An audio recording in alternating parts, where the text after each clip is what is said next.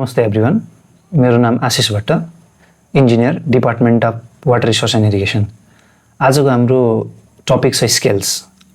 Scale बुझ्नलाई पहिला एउटा सानो इक्जाम्पल लिउँ।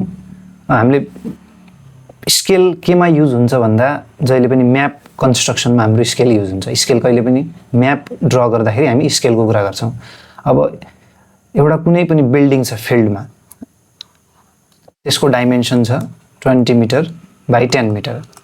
अब 20 मिटर बाई 10 मिटरको हामीले एउटा बिल्डिङलाई पेपरमा ड्र गर्नु पर्यो, पेपरमा रिप्रेजेन्ट गर्नु पर्यो भने हामी 20 मिटर बाई 10 मिटरको पेपर त ल्याउन सक्दैनौँ। यो त्यही भएर के गर्नुपर्ने हुन्छ भन्दा यो डाइमेन्सन्सहरूलाई, यो जुन 20 मिटर छ र यो 10 मिटर छ, यो डाइमेन्सन्सहरूलाई एउटा सर्टेन प्रोपोर्सनमा रिड्युस गर्नुपर्ने हुन्छ, so that this building will be drawable in this piece of paper. जस्तै यो 20 मिटर छ, 20 मिटरलाई हामी 20 सेन्टिमिटरले रिप्रेजेन्ट गर्न सक्छौँ पेपरमा। 20 सेन्टिमिटर त पेपरमा ड्रएबल हुन्छ। त्यस्तै गरी 10 मिटरलाई 10 सेन्टिमिटरको रूपमा रिप्रेजेन्ट गर्न सक्छौँ।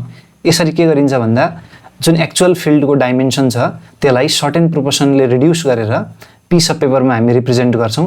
त्यो स्केल, त्यो proportion by which the dimensions are reduced, this proportion, this fixed proportion is called scale. अब स्केल यो चाहिँ हाम्रो के भयो भन्दा रिड्युसिङ स्केल, रिड्युसिङ टाइपको स्केल भयो। स्केल पनि धेरै प्रकारका हुन्छन्। यो रिड्युसिङ स्केल अहिलेको इक्जाम्पल भनेको हाम्रो रिड्युसिङ स्केल हो। त्यस्तै गरी इन्लार्जिङ स्केल भन्ने हुन्छ। इन्लार्जिङ स्केल भनेको सानो सूक्ष्म कुराहरू, माइन्युट कुराहरू जो चाहिँ आँखाले हेर्दाखेरि त्यसको डाइमेन्सन्सहरू क्लियर देखिँदैनन् भने तिनीहरूलाई इन्लार्ज गरेर पेपरमा बनाउनु पर्ने हुन्छ। त्यतिखेर हामी इन्लार्जिङ स्केल युज गर्छौँ। जस्तै रिड्युसिङ स्केल भनेको हाम्रो 1:100 को स्केल भनेको एउटा रिड्युसिङ स्केल हो। 100 टाइम्सले हामीले के गर्यौँ, फिल्डको डाइमेन्सनलाई पेपरको डाइमेन्सनमा रिड्युस गर्यौँ। इन्लार्जिङ स्केल भनेको 100:1 भनेपछि यसलाई जुन एक्चुअल छ त्यसलाई 100 टाइम्सले इन्लार्ज गरेर हामीले रिप्रेजेन्ट गर्छौँ। र अर्को एउटा फुल साइज स्केल भन्ने पनि हुन्छ। फुल साइज स्केल, फुल साइज स्केल भनेको फिल्डमा जस्तो छ पेपरमा पनि सेम रिप्रेजेन्ट गर्नुलाई के भनिन्छ, full size scale. So this proportion on the map to the dimension on the ground, this is called scale. अब नेक्स्टमा जाउँ। नेक्स्टमा छ हाम्रो टाइप्स अफ स्केल। अब स्केल कति प्रकारका छन् भन्दा plane scale, diagonal scale, scale of chord र भर्नियर स्केल। अब यो चारवटैकै बारेमा हामी यहाँ पढ्छौँ। पहिलो छ प्लेन स्केल। अब प्लेन स्केल भनेको के हो भन्दा which is use to major to dimensions, दुईवटा डाइमेन्सनलाई मेजर गर्न सकिने स्केल भनेको प्लेन स्केल हो। दुईवटा डाइमेन्सनलाई मेजर गर्न युज गरिने स्केल भनेको प्लेन स्केल। दुईवटा डाइमेन्सन भनेको टु मेजरमेन्ट्सहरू, दुईवटा मेजरमेन्टहरूलाई मेजर गर्न हेल्प गर्ने स्केल भनेको प्लेन स्केल। दुईवटा मेजरमेन्ट भनेको कुनै पनि युनिट र त्यसको 10th पोर्सन, कुनै पनि युनिट र त्यसको 10th पोर्सन हामी मेजर गर्छौँ भने त्यस्तो स्केललाई प्लेन स्केल भन्छन्। प्लेन स्केल भनेको हामीले पहिलादेखि नै युज गर्दै आएको त्यो रुलर स्केल जुन 15 सेन्टिमिटरको स्केल छ त्यो पनि एउटा प्लेन स्केल हो। अब त्यसमा के गरिन्छ भन्दा अहिलेको लागि इक्जाम्पल लिँदा सेन्टिमिटर र मिलिमिटरको इक्जाम्पल लिउँ। मिलिमिटर भनेको सेन्टिमिटरको 10th भयो, यो युनिट भयो, यो त्यसको 10th भयो। अब पहिला हामी जुन रुलर युज गर्थ्यौँ त्यो रुलरको इक्जाम्पल लिँदाखेरि जस्तै हामीले 2.5 सेन्टिमिटर मेजर गर्नुपर्ने छ भने पहिला हामीले 2 मेजर गर्नु पर्यो। यहाँदेखि यहाँसम्म भनेको हाम्रो 2 भयो। त्यसपछि 0.5 सेन्टिमिटर भनेको अब यो जुन सेन्टिमिटर छ, यो इच भनेको सेन्टिमिटर हो, सेन्टिमिटरलाई 10 स्मल मिलिमिटरमा डिभाइड गरिएको छ, 10 स्मल मिलिमिटरमा डिभाइड गरिएको छ। अब 2.5 भनेपछि हामीले के गर्नु पर्यो, 2 सेन्टिमिटर हामीले लिइसक्यौँ, 5 सेन्टिमिटर अरू यता जानु पर्यो। यसरी 5 सेन्टिमिटर अरू यता गयौँ भने, 5 मिलिमिटर अरू यता गयौँ भने यो के हुन्छ हाम्रो 2 centimetre plus 5 millimetre is equal to 2.5 centimetre. यसमा हामीले के गर्यौँ, सेन्टिमिटर पनि मेजर गर्यौँ र मिलिमिटर पनि मेजर गर्यौँ। यसरी दुईवटा डाइमेन्सनहरू मेजर गर्यौँ। So this is a plane scale. Next is diagonal scale. Diagonal स्केलमा के हुन्छ भन्दा हामी 3 डाइमेन्सन्सहरू मेजर गर्छौँ। 3 डाइमेन्सन्स भनेको कुनै पनि युनिट, त्यसको 10th र त्यसको 100। यसरी 3टा डाइमेन्सन मेजर गर्छौँ भने यसलाई, यस्तो स्केललाई के भनिन्छ, डायगोनल स्केल। जस्तै अब हामी यसमा इक्जाम्पल लिन खोज्दाखेरि जस्तै यो 2 सेन्टिमिटर भयो है, यो 2 सेन्टिमिटर भयो।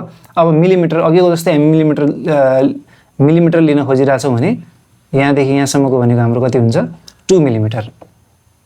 यो हाम्रो के भयो 2 मिलिमिटर। यसरी पहिलाको जस्तै हामीले दुईटा डाइमेन्सन मेजर गर्न सक्यौँ। अब थर्ड डाइमेन्सन कसरी मेजर गर्ने भन्दा जुन यो मिलिमिटर छ सानो पोर्सन, यो मिलिमिटरलाई पनि हामी के गर्छौँ, इच मिलिमिटरलाई पनि 10 भागमा डिभाइड गर्छौँ। सो सेन्टिमिटरको 10th भनेको मिलिमिटर र मिलिमिटरलाई पनि इभन 10 वटा स्मल डिभिजनमा डिभाइड गर्ने। 10 वटा स्मल डिभिजनमा डिभाइड गरे पनि युनिट चाहिँ 100th हुन्छ। अब 10 वटा यो मिलिमिटरलाई सानो 10 वटा स्मल डिभिजनमा कसरी डिभाइड गर्ने भन्दा डायगनलहरू तानेर, यो जुन एउटा डायगनल तानेको छ यो डायगनल तानेर चाहिँ यसरी के गर्न सकिन्छ, मिलिमिटरलाई पनि 10th भागमा डिभाइड गर्न सकिन्छ। अब त्यो कसरी गरिन्छ भन्ने कुरा तल एउटा हेरौँ। त्यस जुन सानो 1 मिलिमिटर थियो, सानो 1 मिलिमिटरमा सानो यस्तो 1 मिलिमिटरको जुन स्ट्रिप थियो त्यसमा मैले यसरी डायगनल तानेर एउटा यो बनाएको छु। अब यसमा सिमिलर ट्रायङ्गल युज गरौँ है। यो सानोमा सिमिलर ट्रायङ्गल, यो सानो र होलमा सिमिलर ट्रायङ्गल युज गर्दा के हुन्छ, C1 divide by CA is equal to यो हाम्रो के हो 1 डैश डिवाइडेड बाई टोटल भनेको AB। अब यसमा हेरौँ है, 1 डैश भनेको के हुन्छ, C1 by CA। C1 by CA भनेको C1 भनेको यसलाई हामीले 10 वटा भागमा डिभाइड गरेका छौँ भने C1 भनेको CA को 1/10 पोर्सन भयो। त्यस्तो भई C1 बाई CA भनेको 1/10 हुन्छ र त्यस्तै गरी AB हुने भयो। So it is AB by 10 भनेको जुन यो हाम्रो 1 डैश छ यसले के रिप्रेजेन्ट गर्न खोजिरहेछ भन्दा जुन हाम्रो यो 1 डैश छ, यो 1 डैश भनेको हाम्रो यो AB जुन छ 1 मिलिमिटर, त्यो 1 मिलिमिटरको 10th पोर्सन हो। जस्तै यो 1 मिलिमिटर हो भने यो हाम्रो चाहिँ के हुन्छ 0.1 मिलिमिटर, त्यस्तै गरी यो के हुन्छ 0.2 मिलिमिटर, यो के हुन्छ 0.3 मिलिमिटर। यस्तै गरी हामी के गर्छौँ 1 मिलिमिटरलाई चाहिँ 10 वटा स्मल डिभिजनमा डिभाइड गर्छौँ। अब चाहिँ हामीलाई यता के हुन्छ भन्दा सजिलो हुन्छ। जस्तै हामीले रिप्रेजेन्ट गर्नुपर्ने छ मानौँ अहिलेको लागि 2.15 रिप्रेजेन्ट गर्नुपर्ने छ भने यहाँदेखि यहाँसम्मको यो मेजरमेन्ट हाम्रो 2 सेन्टिमिटर भयो। त्यसपछि अब 1 भनेको हामीले यति 1 मा जानु पर्यो, यो 1 भनेको 1 भयो हाम्रो।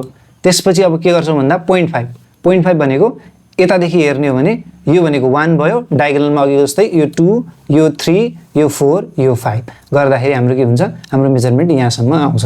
यो भनेको हाम्रो के हुन्छ 2.15 सेन्टिमिटर।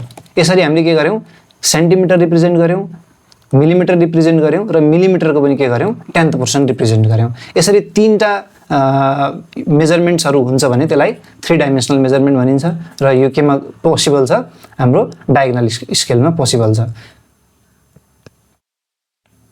अब यस्तै गरी स्केल अफ कट्स भनेको सिम्पली हामीले युज गर्ने प्रोटेक्टर जसले के गर्छ एंगल मेजर गर्न र एंगल ड्र गर्न हेल्प गर्छ। सिम्पली प्रोटेक्टर भनेर हामीले बुझ्दा हुन्छ। के गरिन्छ त्यसमा एंगल मेजर पनि गरिन्छ र एंगल सेटअप पनि गरिन्छ।